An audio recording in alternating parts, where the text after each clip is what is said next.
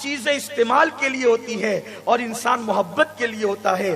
کائنات کا نظام میں بگاڑ اس وقت پیدا ہوتا ہے جب چیزوں سے محبت کی جاتی ہے اور انسان کا استعمال کیا جاتا ہے۔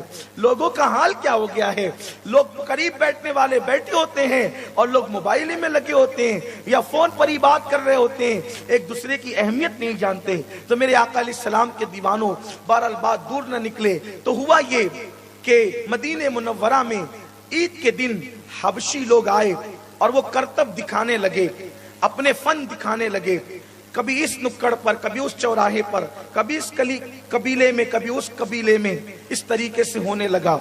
عید کا دن تھا، عید کا دن خوشیوں کا دن تھا۔ میرے آقا علیہ الصلوۃ والتسلیم اپنی چہیتی بیوی ام المومنین اما جان عائشہ صدیقہ کے گھر میں جلوگر تھے۔ سرکار نے فرمایا، عائشہ، حبشی لوگ کرتب دکھانے کے لیے آئے ہیں اور اپنے فن کا اظہار کر رہے ہیں، کیا تم اس کو دیکھنا چاہو گی، ان کے کھیل کو دیکھنا چاہو گی؟ ام المومنین نے فرمایا، جی یا رسول اللہ، میں ضرور دیکھنا چاہوں گی۔ تو سرکار نے اپنی گھر کے دروازے پر یوں ہاتھ رکھا اور ہاتھ رکھ کر ام المومنین نے حضور علیہ السلام کے یوں بازوؤں پر اپنی توڑی رکھی اور تھوڑی رکھ کر وہ پردے کے پیچھے سے وہ ان لوگوں کا کرتب دیکھنے لگی۔ ان کی وجہ سے حضور بھی دیکھ رہے تھے۔ جب وہ حبشی لوگ کرتب دکھا رہے تھے تو سرکار نے ام المومنین سے کہا، بس اب تمہارا جی بھر گیا؟ ام المومنین نے کہا، نہیں یا رسول اللہ، ابھی نہیں۔ پھر حضور علیہ السلام نے ان کو موقع دیا، پھر وہ دیکھتی رہی۔ پھر اس کے بعد فرمایا، اب بس کریں؟ عرض کی، نہیں یا رسول اللہ، ابھی اور دیکھنا ہے۔ پھر میرے آقا علیہ الصلوۃ والتسلیم تھوڑی دیر تک اور دیکھتے رہے۔ اس کے بعد ام المومنین کی طبیعت بھر گئی۔ پھر آپ نے فرمایا، یا رسول اللہ، اب بس، میں سیر ہو گئی۔ حضور علیہ السلام نے پردہ گرا دیا اور وہ حبشی لوگ چلے گئے۔ آپ غور فرمائیں، یہ محبتوں کا ماحول تھا۔ کیا آج ہمارے گھروں میں یہ محبتوں کا ماحول ہے؟ ہم کسی سے بھی فون پہ بات کرتے ہیں تو بچ جاتے ہیں، نرم ہو جاتے ہیں، لیکن گھر سے فون آتا ہے تو پتہ چل جاتا ہے کہ جناب اپنی بیوی سے بات کر رہے ہیں۔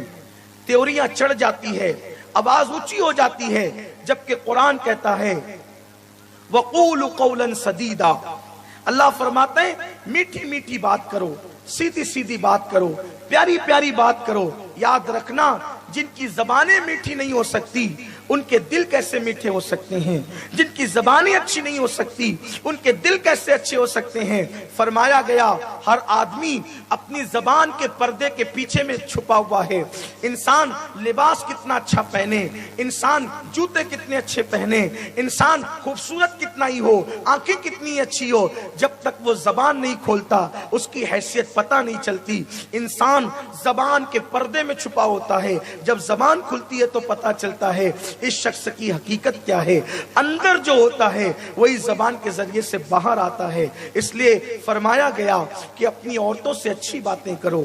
مردوں کو چاہیے عورتوں سے اچھی بات کرے، نرم بات کرے، اچھے لہجے میں بات کرے، ان کو خوش رکھے، جو کھائے ان کو کھلائے، جیسا لباس پہنے اسی قیمت کا لباس اپنی بیویوں کو پہنائے، ان کے حقوق کا خیال رکھے۔ میرے آقا علیہ السلام فرماتے ہیں، جو اپنی بیوی کے منہ میں حلال کا ایک لقمہ ڈالتا ہے اللہ تعالیٰ اس کے گناہوں کی اس مغفرت اسی وقت فرما دیتا ہے۔ آپ اندازہ کریں، یہ تو ہوئے شوہر کا انداز، حالانکہ بہت طویل شوہر کے حقوق ہیں، اس پر نہیں جاتا۔ اس کے بعد بیوی شوہر کا حق کیسے ادا کرے؟ صرف ایک حدیث پاک میرے آقا علیہ السلام نے فرمایا کہ اگر اللہ کے علاوہ کسی کو سجدہ کرنے کی اجازت ہوتی تو میں عورتوں کو حکم دیتا کہ وہ اپنے شوہروں کو سجدہ کرے، لیکن اللہ کے سوا کسی کو سجدہ کرنے کی اجازت نہیں ہے۔ میرے آقا صلی اللہ علیہ وآلہ وسلم نے فرمایا کہ اگر کسی کے شوہر کے جسم میں پھوڑے نکل آئیں اور اس سے پیپ بہنے لگے اور وہ عورت اس پیپ کو اپنی زبان سے چاٹ کر صاف کرے تو بھی وہ اپنے شوہر کا حق ادا نہیں کر سکتی۔ حالانکہ زبان سے پیپ کو چاٹ کر صاف کرنے کی اجازت نہیں ہے، یہ صرف حقوق کی اہمیت بتانے کے لیے ایک مثال دی گئی ہے.